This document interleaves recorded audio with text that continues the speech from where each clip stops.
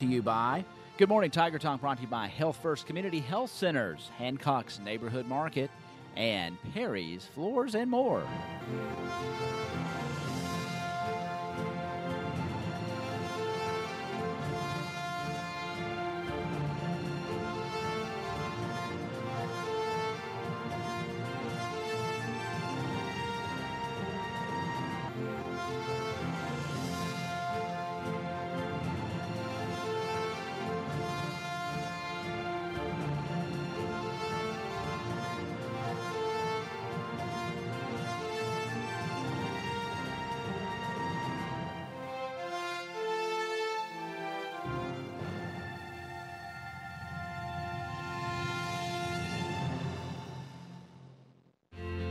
Get ready for back to school with Health First Community Health Center, offering back to school physicals and immunizations. At Health First, we offer affordable, quality health care for the entire family. Call us to make your appointment today at 1-877-667-7017. Same-day appointments available and walk-ins are always welcome. At Health First Community Health Center, your health is our first concern. Hancock's Neighborhood Market on Commerce Street in Cadiz is the place to shop for delicious homemade goodness. Hancock's makes their own fresh chicken salad, pimento cheese, salads, and a variety of mouth-watering desserts, sure to please your entire family. While at Hancock's, be sure to visit their meat department for the best selection of USDA choice meats in the area. Hancock's Neighborhood Market in Cadiz, hometown, homemade goodness, and the Hancock name you know and trust for quality for your family. Hancock's Neighborhood Market on Commerce Street in Cadiz.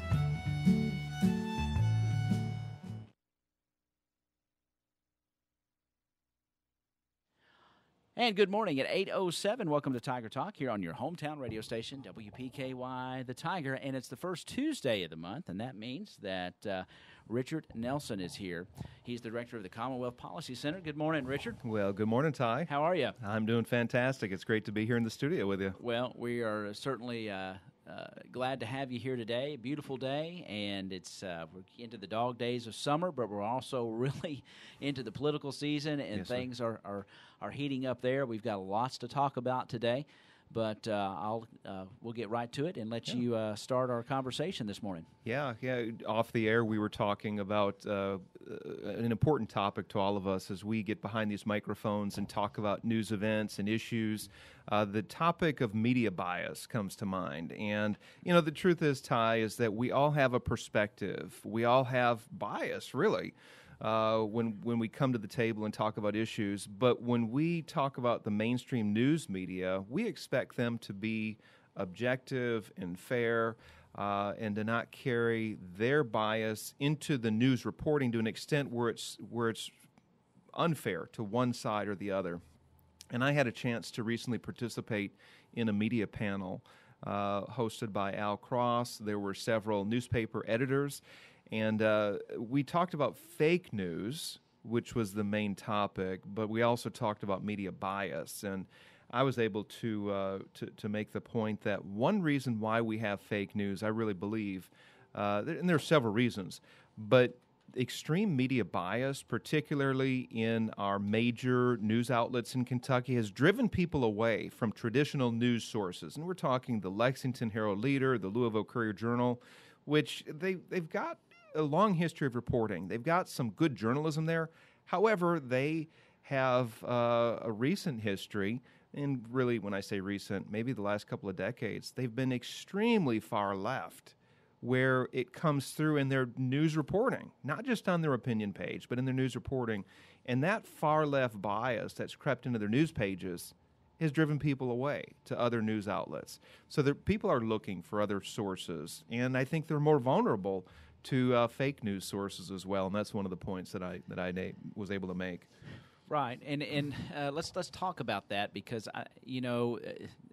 I think it's sometimes hard for folks that are, social media is the big proponent of you get it on the major networks, I'm sure, at some point, but you rarely see it on social media sites, and you have to consider, the sources that you're receiving news, check out who wrote these things, and how it's being delivered. And, I think it really is hard for folks, because a lot of people will just take the first thing they hear and kind of go with it. And it's, we live in a society where there's all kinds of information, just we're being pelted with it in all kinds of directions, like we've never seen before. Yeah. And I think people struggle with really trying to figure out what's not really there. That's right.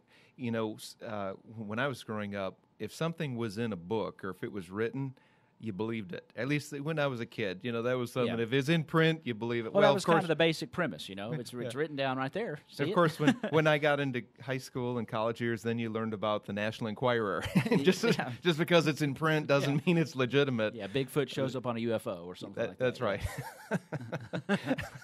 But we do, you make a great point, because there are so many news outlets there today, or outlets that purport to be news. Exactly. And we're bombarded with this, so a lot of it does appear to be legitimate. It's just covering issues that we're interested in, but we need to be careful as to their credibility. Just because you're on the internet and have a website and you might appear to be legitimate doesn't make you legitimate.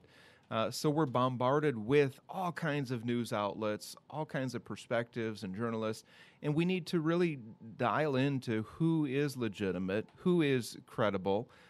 Does the story that I'm reading have the ring of truth to it? So as news consumers, we need to be discerning. We need to be careful about what we're taking in, because there's a lot of baloney out there. One of the stories out of the news cycle yesterday was about Alex Jones in the InfoWars that was being shut down. At least, let me rephrase that. Facebook, Apple, iTunes, some other news outlets or media platforms have said, no, you're not legitimate. In fact, you're into conspiracy theories. You denied the Sandy Hook shooting. You're promoting things that are false. We're just not going to let you use our platform anymore. And his outlet was completely shut, well, for the most part, shut down. Well, we hear this term neologism, I guess. And when we talk about fake news, a new word or that is coined, especially by a person affected. This is a relatively recent or isolated term, word, or phrase that may be in the process of entering common use. I don't know if you've heard that in your discussions, neologism, I guess that's how you say it. I don't see the phonetics here on that, but a newly coined word or expression, and I think you get that intertwined into this fake news. And what do you say to folks out there that are listening? And, of course, let me give my disclaimer here. The opinions expressed here are not the opinions of the ownership, management of WPKY here. But recently, Jim Acosta of CNN going at Sarah Sanders and asking her if the news media was the enemy of the state, and she did not ever say that. But what's going on in this country when we have the White House press corps doing that, but yet the spokesman for the president has a job to do? So, I mean, that seems concerning, or it should be, to a lot of folks. Yeah, that is. And I was doing a radio program actually a week ago today where I was asked a similar question, or it was posed in a different way, that the host thought that the news media was an enemy of the state. And I said, I think that many of the outlets can be biased. They can be against the conservative cause, but I wouldn't go so far as to say they're an enemy of the state. They have a worldview perspective as they come to report the issues in the news, and that worldview comes through very clearly in their reporting, but I wouldn't call them an enemy. One of the things I said at the news media panel was that one thing that makes us American is that we have the First Amendment freedom of speech, that we can talk about issues, and I love to talk about the issues. I love to be on here with you, Ty, and to discuss what's going on in our government. And this should tie us together as Republicans and as Democrats, that we have this incredible, amazing freedom to discuss and engage in the public arena. The other point, too, is that we have a First Amendment that holds our government accountable. This is, again, the thing that ties us together across the political spectrum, that this freedom of speech and freedom of press ties us together as Americans, not as Republican Americans or as Democrat Americans, but this whole idea that we can engage in conversation, that we can talk about the issues, and that we can even criticize our government. That is one of the great things that we have in this country, and it holds the government accountable. So even that far-left media out there, the media where the worldview is coming through clearly, that's a left-leaning slant, I am willing to protect that and to say, no, they're not the enemy of the state. These are Americans that are expressing their First Amendment freedoms and demonstrating their First Amendment freedoms, but they're not the enemy. And this is something that we need to be clear. They might be, on the political front, they might be opposed to a certain politician. They might be against that politician. But you know what we do in America when we don't like a news outlet or like a perspective? We find somebody else to plug into. We listen to somebody else. We tune into somebody else, and that's what we do here in this country. Well, we have the freedom to do so.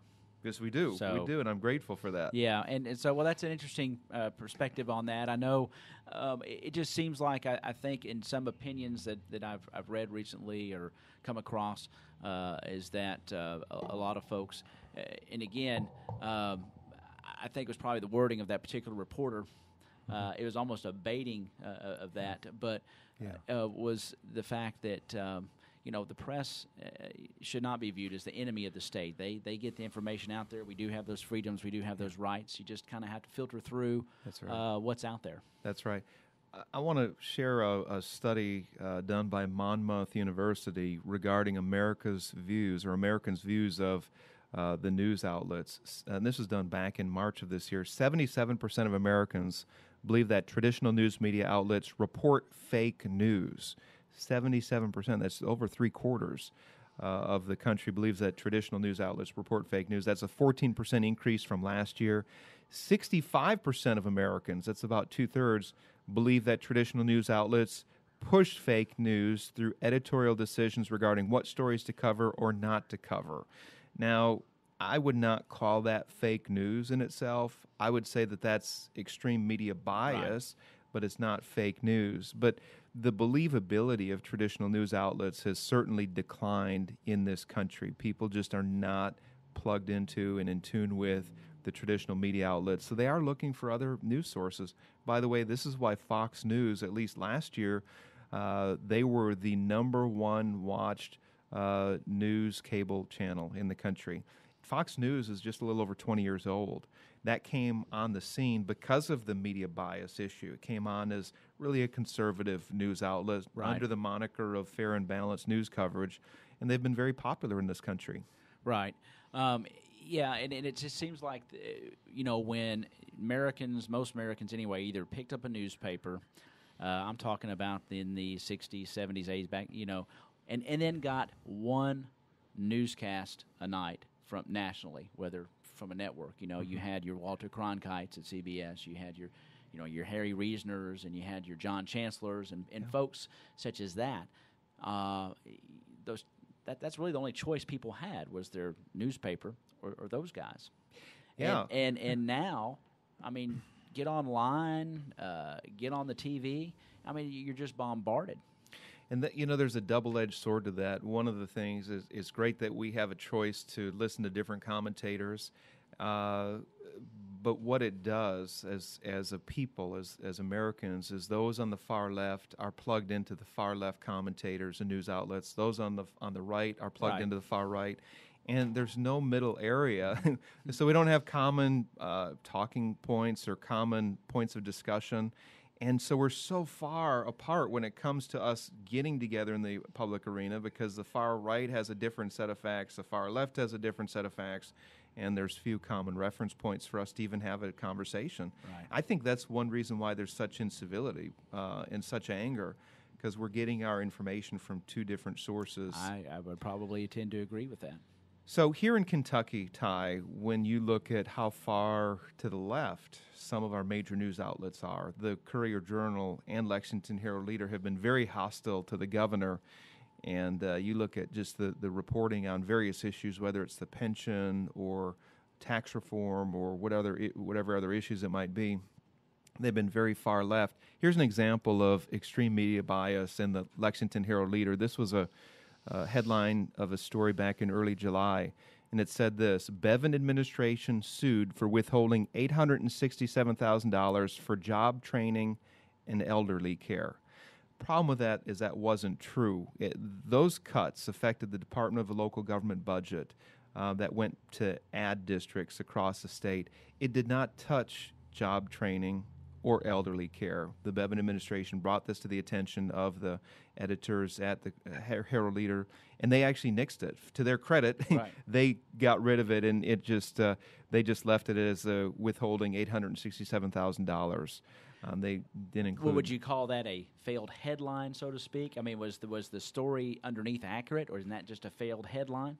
I'd say it was a failed headline, and it was a biased headline. It was probably their biases went into that, where they were just against the governor, thinking he's going to cut this kind of thing, and Right. they really didn't look at the facts of the case, and they went on and ran that headline anyway. Here's another example of a Louisville Courier-Journal headline with extreme bias. Actually, it's not even bias. It's just false reporting. This is a July 3rd headline: Kids wrongly denied care under Bevin's Medicaid cuts, dentists say. Now, the problem with that is that kids were not impacted by the Medicaid cuts. This is where, and I don't want to go too far into the weeds, but the governor has tried to reform Medicaid here in Kentucky, where he's introduced incentives for those who are on the Medicaid rolls. If you are able-bodied between the ages of 18 to 59, if you're not working and you're able to work, if you're not a primary caregiver, if you don't have health reasons that would prohibit you from working or going to school, you need to do something. You need to go to school or work part-time or be involved with your community, and which sounds like some good common sense things. Right. And unfortunately, a judge struck that down. And the governor said, if you strike that down, we're going to have to nix the program, and people will have to pay, because part of the program was to have something that was similar to a health savings account, where people that were doing these things, working, going to school, participating in their community, they would get credits that they could use like a health Right. savings account. Governor said if you nix the whole thing, it's going to undermine the program, and it's going to affect people who are depending on the health savings account aspect. The Courier-Journal ran a headline that said it's going to affect kids. Well, it was never intended to affect kids. Right. Even though they brought this to the attention of the Courier-Journal still ran with that headline. Wow. So these are examples of media bias or even outright false reporting, Yes. trying to stir up trouble. In the case of the Courier-Journal, that created panic and alarm, where there were parents who had their kids on Medicaid. They're wondering, hey, can I take my kid to the eye doctor? Can I take my kid to the dentist? Will Medicaid cover this? And after putting out the fires and explaining the truth, the governor's administration said, no, it's not going to affect your kids. This Medicaid program is still good for kids. It didn't affect it. We did not nix it. It did not impact that. And it took them some time to put out the fires, but they eventually did do that. Where was your particular panel held recently that you all your forum, so to speak, about fake news? Yeah, we were in Madisonville at the Madisonville Community College. This was last week. Mm-hmm. Formulation of any conclusions from your meeting as far as fake news, media bias. What were some of the conclusions that you all came to after you met? Yeah, I don't know if we had conclusions as much as we did have different perspectives that we brought to the table. As I walked away and listening to the editors from area papers talk about this. These were local editors These from were the local region? former editor from the Kentucky New Era, current editor of the Madisonville Messenger Inquirer, and then the editor of the Surf Kentucky News. It's an online news source. Right. One of the big takeaways, and I wanted to say this during the conversation, I didn't have an opportunity to do so, was that the worldview perspective is so strong that it comes through in the reporting. I actually was able to say that. But the reason why there's a crisis in fake news is because we don't have a moral reference point, a shared moral reference point by which to judge right and wrong. In the last couple of years, Ty, there have been major cultural shifts in this nation. Marriage has been redefined. Religious freedom, I would say, has been under attack. We see increased hostility coming about and conflict coming about because of a lack of a shared moral reference point. And as the media tries to cover these issues, by the way, I think the mainstream news still doesn't get it why many Americans in the middle of the country are so upset over where the country's heading. Transgender issues. Here's another example. We could not have gotten our minds around the idea that just a couple years ago that it would be considered mainstream and okay for a man to identify as a woman or a woman to identify as a man, to have this change in pronouns, this change in language, to come so quickly, and then for the rest of society to be expected to embrace that. This is culture changing, and it's something that we're just trying to figure out how to deal with this. The mainstream news, I would say, has gone along with these major cultural shifts without critically thinking about it. How does the average person on the street think about it? What are their values? What's their viewpoint?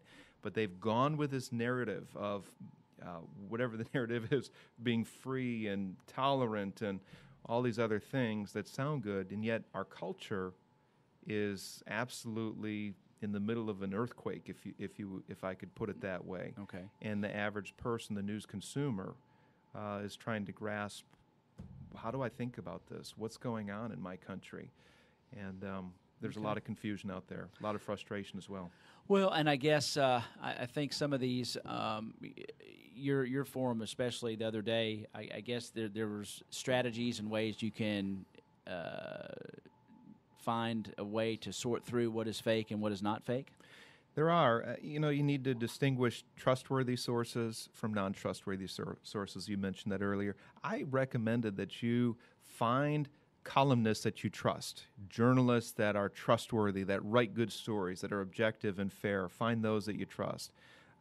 It's important for news consumers also to cultivate an appetite that is that would seek news that's useful and important and true. There's a lot of garbage out there. There's a lot of clickbait ads that will take you to the irrelevant, meaningless, pointless, gossip type stuff. Stay away from that.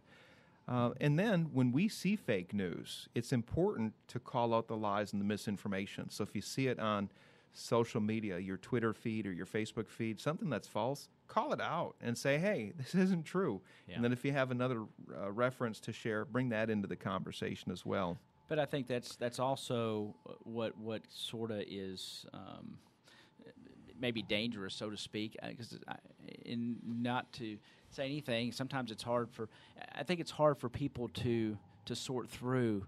I think a lot of people just find a news source and take whatever it might be, whether it's credible, non-credible, and they take it, and they say, okay, this is the way it is, or this is, and so they don't, try to check it with maybe another source or that kind of thing. They just, that one that could be fake, and then they just kind of run with it. So how do we educate people to maybe say, well, not so fast? Yeah. There's maybe another way to verify this. Hey, that's and clarify this. Yeah, that's a really good point. And I think that we need to, as news consumers, we need to put in that extra effort to make sure what we're reading is true.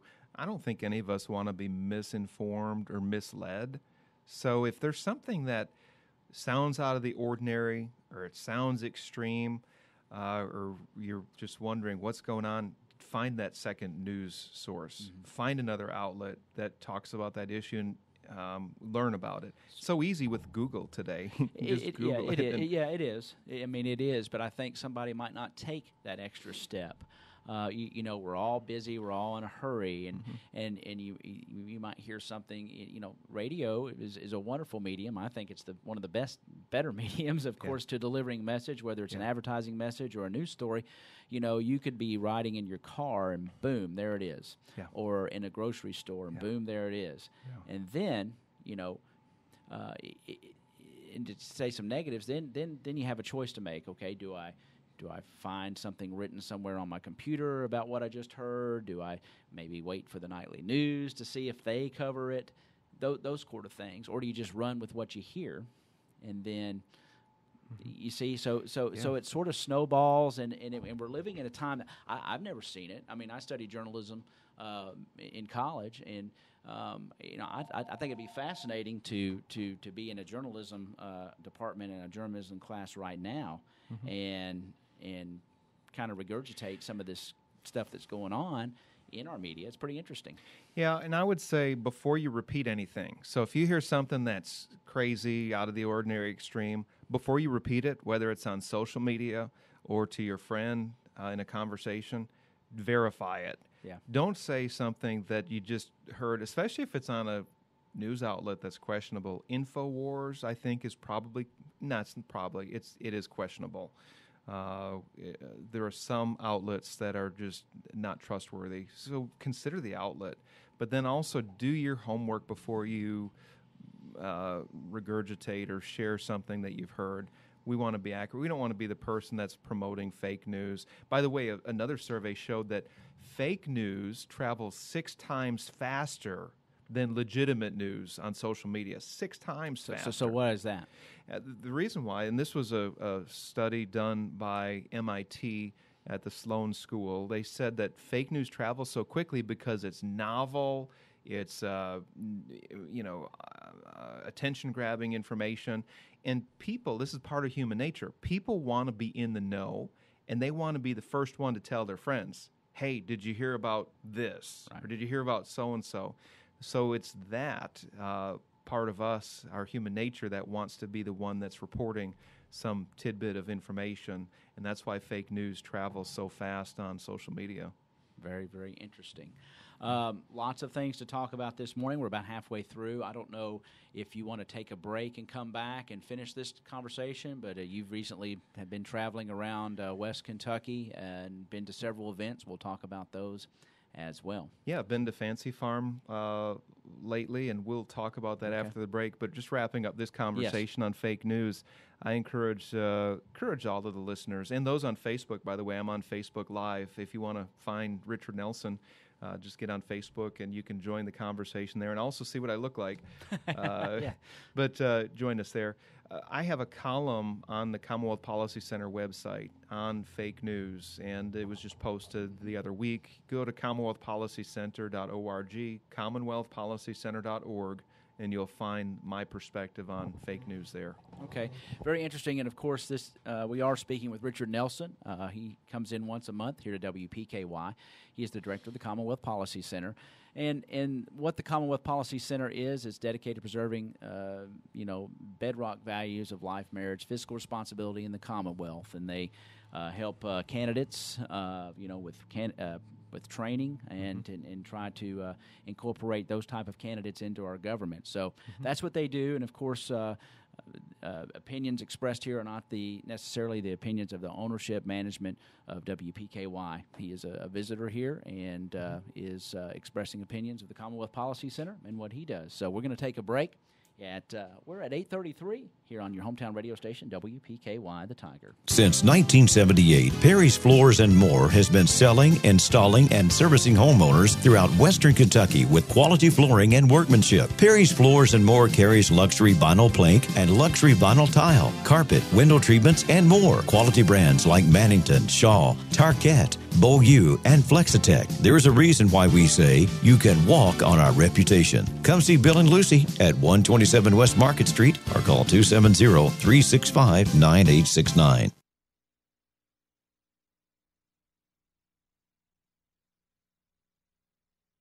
And we are back on Tiger Talk at 8:34. Richard Nelson, our guest. He is the director of the Commonwealth Policy Center. And Richard, you recently were at Murray State University. Colonel Oliver North, incoming NRA president, was down there making a speech. And it was quite interesting.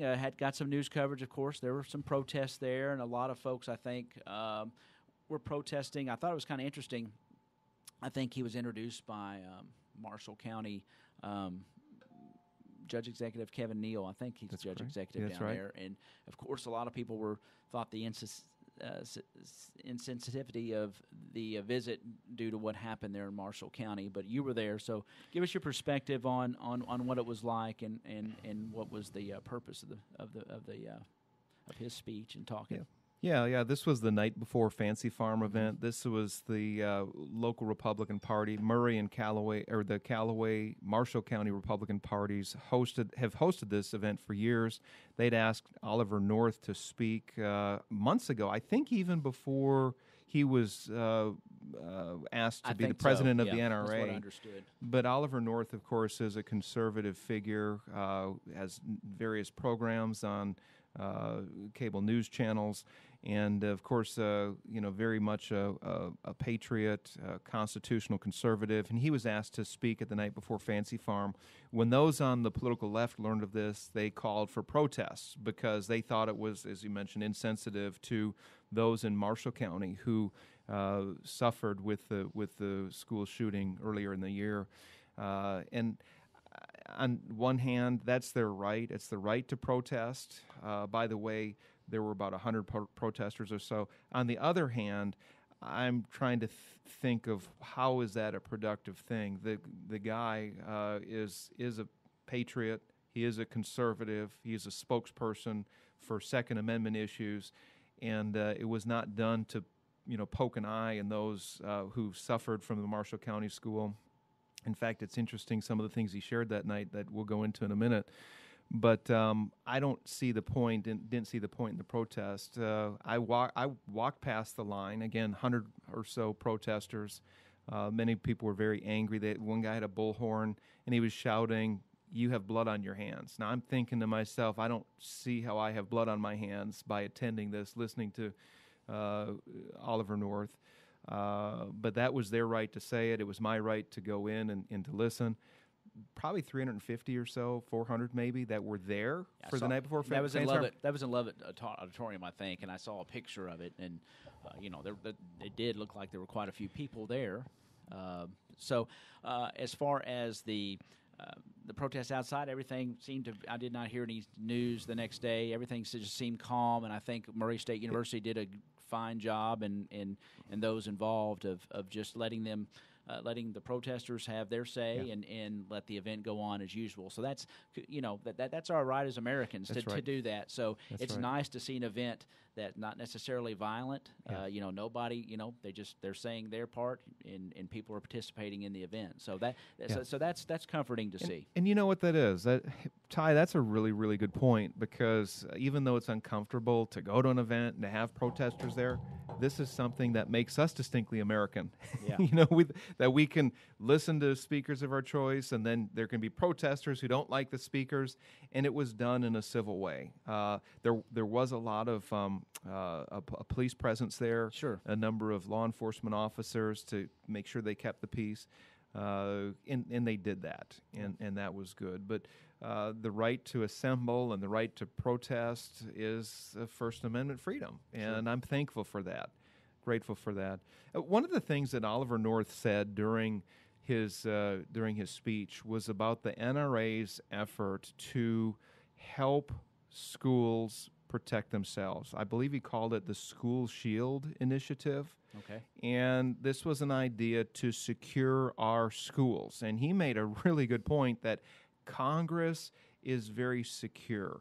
Our banks are very secure through different measures. So many places have security measures that keep the people there safe. But our schools, very vulnerable, many of them. Mm-hmm. Don't have security measures, whether it's metal detectors, whether it's video, whether it's armed personnel. We need to make our schools safer. And the NRA is undertaking this initiative to help our schools become safer. And I think that's leadership. That's a good thing that they're doing. And I'm interested in hearing more details as to how this unfolds.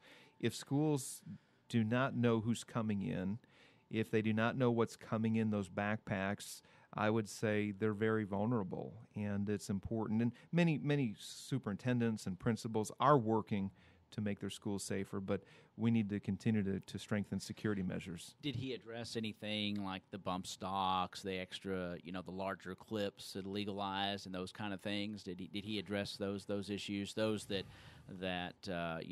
many point to as being a serious issue, and that the NRA is so steadfastly against banning of those type of things? Yeah, he did not talk about those issues. I'm not sure anything in particular. Yeah, he didn't talk about any kind of gun restrictions. Right. He did talk about other security measures. And Ty, I'm not convinced that more gun restrictions is the answer. I think that's a topic for discussion. Yes. We can have some good debate and dialogue, but I think that as far as our schools are concerned, the security measures need to be beefed up at our schools. That's the place to start. Whether it be extra checks, metal detectors, and I think several schools, especially locally, are really taking measures to at least attempt that. But unfortunately, some of these extreme measures take, funding. They take maybe legislation on the local level or the state level. So it's interesting to see how it'll play out. Yeah, that is. When you look at the right to bear arms, when you look at our Second Amendment, we're afforded incredible freedoms to keep and bear arms. Many Americans do own weapons to protect themselves. I don't think, in principle, that restricting guns is the answer. If you look at some of our cities that have total bans on guns, you look at Chicago, a lot of violence. Washington, D.C., there's a lot of violence where law-abiding citizens are disarmed. You have criminals that don't care about the law. They're the ones carrying the guns, and they're the ones committing crimes. Chicago, I believe it was in 2016, had close to 800 murders. Most of them were gun deaths, gun violence. You're not supposed to have a gun in the city of Chicago, a handgun in particular. I know Illinois laws are very, very, very strict. Yeah, very strict. So I think there are other factors that we need to look at. So let's look at these other things instead of unless you're going to disarm the American public, unless you're going to confiscate all the guns, then I don't think that's a starting point. So Colonel North just gave just perspective in general about NRA, Second Amendment, those kind of things. He did. Okay. He did, and he talked about our freedoms. He talked about the Constitution and the Declaration of Independence and the things that set us apart from all other nations. Right. And I get encouraged when I hear that, because I think we take it for granted what we have here in this country. We really do. We don't can't compare unless you've seen other countries or are a student of history. I don't know if we really grasp and appreciate what we're given in this country. It's kind of like if you're living on the beach and you've lived there forever, it's just part of it. It's just routine. It's no big deal. But if you don't live in the beach, buddy, you look forward to being there any time you get a chance to. And I think it's the same kind of thing. You just sort of get glazed over and don't realize what you have. We've got a lot to be thankful for as Americans. We're so blessed to live in this country with our freedoms and our liberties that we have. And I know it's not perfect. We have our flaws and our blemishes, but we're a free nation. We've got incredible opportunity. We have so many things that are going right for us, the rule of law, economic opportunity, the freedom of speech and assembly, freedom of religion, so many things that we need to thank God for every day. And when we see something that's wrong or broken in this country, we need to remember that we have the freedom to step forward and to fix it, to whether it's to be a voice in the public arena or to get involved politically or to start your own nonprofit to meet a need in your community, whatever it might be. These are freedoms that most people throughout the world do not have, and we need to take our freedom seriously and engage as responsible citizens. Yes, sir. Another big event, we talked about being at the NRA event, the pre-Fancy Farm night, and then Saturday you attended the kickoff of the political season, the official here in West Kentucky and maybe even the state of the Fancy Farm Picnic at St. Jerome Church. That's right. In fact, it was the beginning of the day, early in the morning. There was the Republican breakfast that I attended. Mitch McConnell was one of the speakers. They had several political speakers. Mitch McConnell made breaking news that he is going to be running for re-election in 2020, and also the chair of his campaign committee is going to be Jonathan Schell, the former majority leader in our state legislature. Actually, he still is. He was not re-elected in the primary, but Jonathan Schell is going to be the chairperson for McConnell's re-election bid. Okay, that was a big announcement because a lot of people did not know if he would run again. He's been around for a long time, but I think he's probably feels like he still has something to add to our nation, our government, and an agenda to help the president with.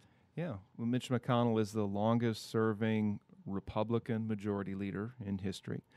And he does feel like he has something to offer. One of the things that he brings to the conservative movement is his getting behind the nomination and confirmation of conservative judges. So he said that one of his greatest accomplishments was the confirmation of Justice Neil Gorsuch to the U.S. Supreme Court. And, of course, Mitch McConnell put a hold on any Barack Obama nominees. There was a person that he nominated, but Republicans were in control of the Senate at the time, and Mitch McConnell said that he's not going to allow that, so he held out for the conservative, which is the prerogative of whoever's in control of the Senate, whether it's Republicans or Democrats. It's the Senate that confirms the justices.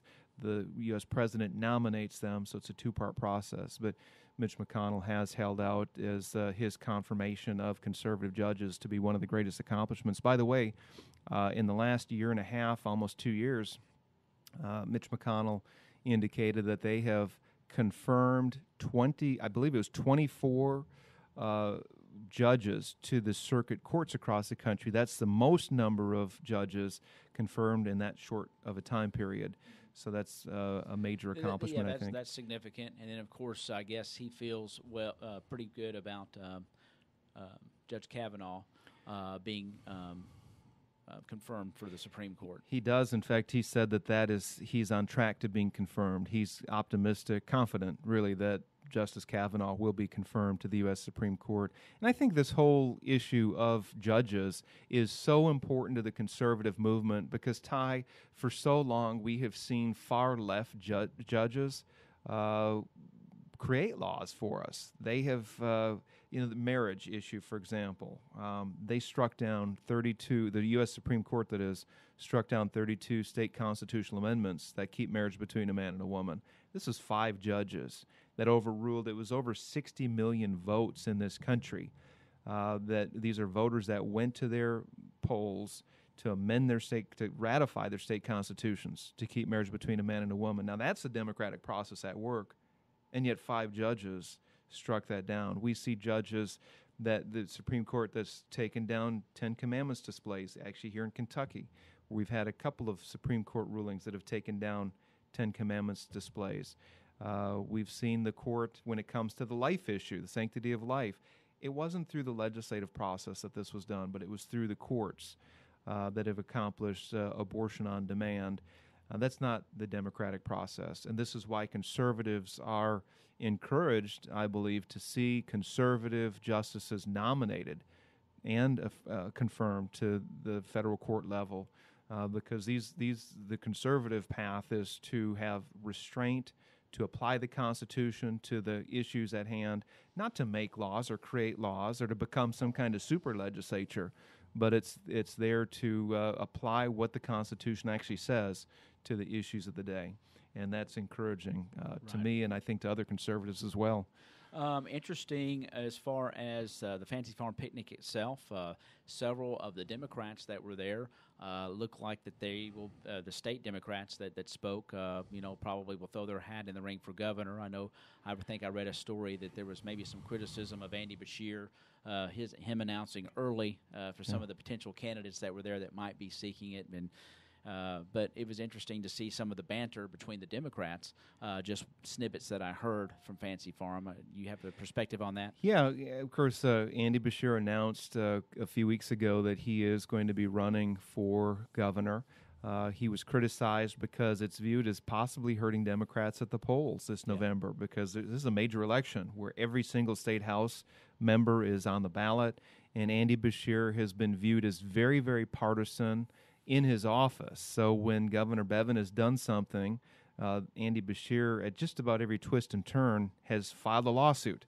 Either that, or he has chosen not to uphold the law when duly enacted laws have passed our legislature and been signed into law. And I give an example of right-to-life issues. Andy Beshear has said that he will not defend the 20-week abortion ban, the ultrasound bill, which requires abortionists to give an ultrasound to women considering an abortion. He has not defended that law. So he has very much, in my opinion, been very partisan as he's exercised the role of Attorney General. And some analysts are saying this is possibly going to hurt Democrats at the ballot, as far as those running for the state house this election. So we'll see. Right, and of course, these midterms coming up in November, very important to the parties. You hear about the blue wave, and you hear about, well, there might not be a blue wave or a red wave, but I think the most important thing is if you're registered to vote, to get out there and vote, and exercise that right and privilege. Hey, I'm glad that you brought that up. Yeah. Because if you're not registered to vote, you have a chance right now, I think all the way up until September sometime, maybe the end of September. All you have to do is go to your county clerk's office, and there's a little form. Takes about a minute to fill out. The online portal is very easy as well. I helped somebody change their party affiliation the other day. Okay. And boy, that's govoteki.gov. And that's very simple. So can you actually do an electronic signature? Yes, yes, you can. And they will send it on to your county clerk's office for recording. And that's from Allison Lundergan Grimes' office. But it's an easy portal to use. You can, of course, register to vote and change your party affiliation, whatever you desire on that site. So that's great. So, Ty, you and I have our say behind these microphones, and we're talking about the issues, but every listener has a chance to have their say come November the 6th. That's when the general election will take place. That's right, and that's what makes this country great as well, is you get to go to the polls and put it down on the tablature. That's right. That's right. So if you're not registered, make sure you go to your county clerk's office. If you're going to turn 18 before November the 6th, you register. If you've recently moved, make sure you register. And then get out and vote. Hey, if you haven't voted in years, make sure you get out and vote. It's so easy to do. It may take a few minutes out of your day, but please do it. This is what we do as citizens that care about our country. We go to the polls and we vote, and hopefully we're voting our values. Vote those values consistent with the American Constitution. And that brings up something important here I wanted to ask you. Here in Kentucky, when we go to our polling place, we show our identification. I mean, it's strict. Yeah. I guess I take it that does not happen across our country as a whole in some states. Especially, I'm thinking about the ID controversy here recently. I say controversy, but where President Trump was giving a speech and talked about having to ID yourself at the grocery store. Yeah. And the way I took that, and a lot of people, kind of took it and ran with it, whether you want to call that fake news or not. I just took it he was just making an in general reference that sometimes when you check out at a store, you got to show your ID, whether you got a credit card or a check or whatever. That's the way I took that. I didn't take it that you're going to have an ID badge to buy groceries. That's not the way I took it. But are there some states where you do not have to show your ID to go into a voter booth? Yeah, as I understand it, Ty, that is the case, where you don't have to show your ID. And it comes down to this idea that if you have to show an ID, you could somehow be discriminating against somebody that is not a citizen. And Heritage Foundation did a study a while ago, and they did find a number of cases of voter fraud when you had non-U.S. citizens voting in our elections. Heritage Foundation is a credible conservative group out of Washington, D.C., and the whole idea behind voter ID is to make sure that you are the person that's on the voting roll, that it's not somebody else, and it's to ensure the integrity of our election process. I think it's a common sense thing. You use an ID, like you said, when you're checking out at the grocery store. If you're using a credit card, you'll have to often show that you're the real person using that credit card. When you go to an airport, you need to have ID. When you, buy a pack of cigarettes or alcohol at the store, you've got to show your age. There's an ID required. Why not show an ID when you're going to vote? I think that's it's important to I just guess I didn't realize that states were different, and you did not have to do that. I mean, ever since I have been voting, when I show the poll, I'm on a roll. Even though the folks there know who I am, I still show my ID and sign in. And it just boggles my mind that you wouldn't do that in other places. Yeah, and that's a good idea. That's common sense. It's a good idea, and it upholds the integrity of our elections. So, I'm not sure how much time we had. There's another topic. We got about 5 minutes. 5 minutes. Maybe if we go a little over, that's okay. But so, can I open up a big can of worms in the last 5 minutes? Okay. Yeah. And again, unless there's something else you want to the talk opinions about. expressed on this show are not necessarily the ownership or management of WPKY. Yeah. An issue that I have written about and commented about recently is regarding a new term that I just learned about the other week called THEYBY, Theyby. A THEYBY is a term that's applied to children whose parents don't want to impose a gender on their child. So they're not recognizing the gender of the child. They're not using pronouns like he or she. They're not using certain colors identified with boys or girls in their clothing. They're not giving certain toys, boy or girl toys, to the child. And then they're allowing the child to determine their own gender.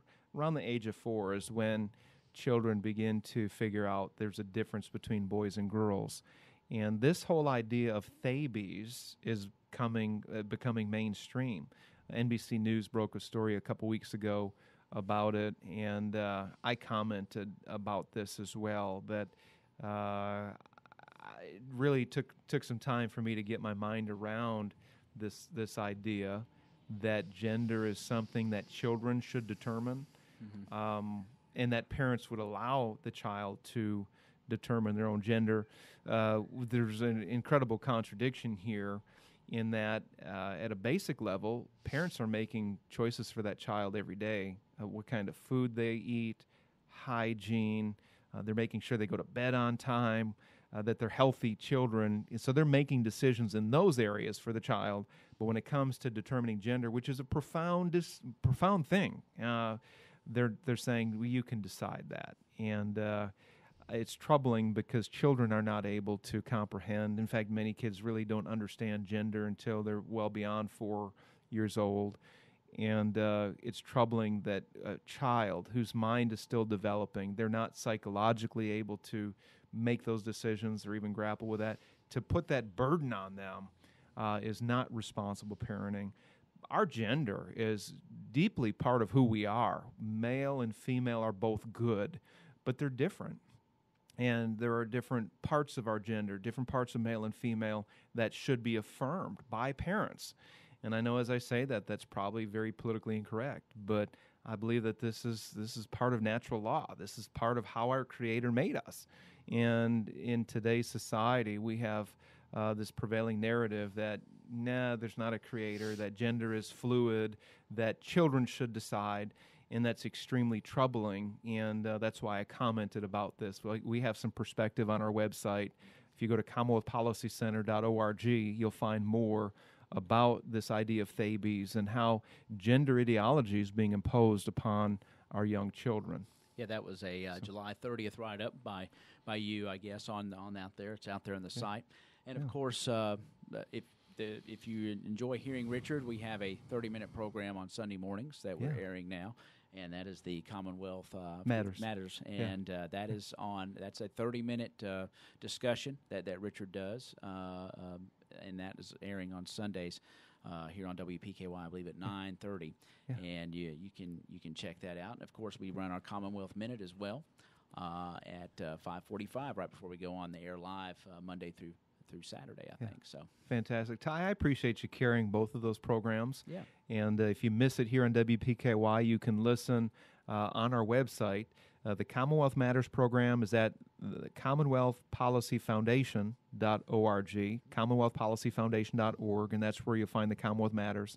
Commonwealth Minute can be found at CommonwealthPolicyCenter.org, and you can listen to that there under our News Media tab. And if you'd like to find out more about the Commonwealth Policy Center, I do encourage you to go to their website. It is CommonwealthPolicyCenter.org. They have issues posted there. They have a blog, an opinion, and, of course, they do candidate training as well.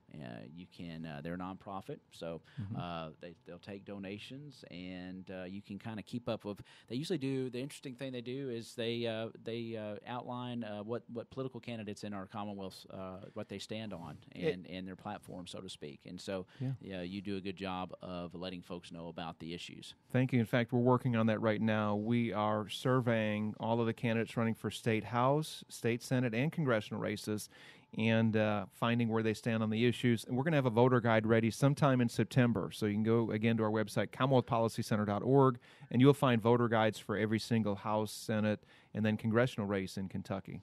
Yes, and do want to make a reminder that tonight you have the opportunity to meet and hear candidates of the state Senate and state representatives. There'll be several local candidates in attendance tonight at the Caldwell County Circuit Courtroom, as there'll be a political forum up there.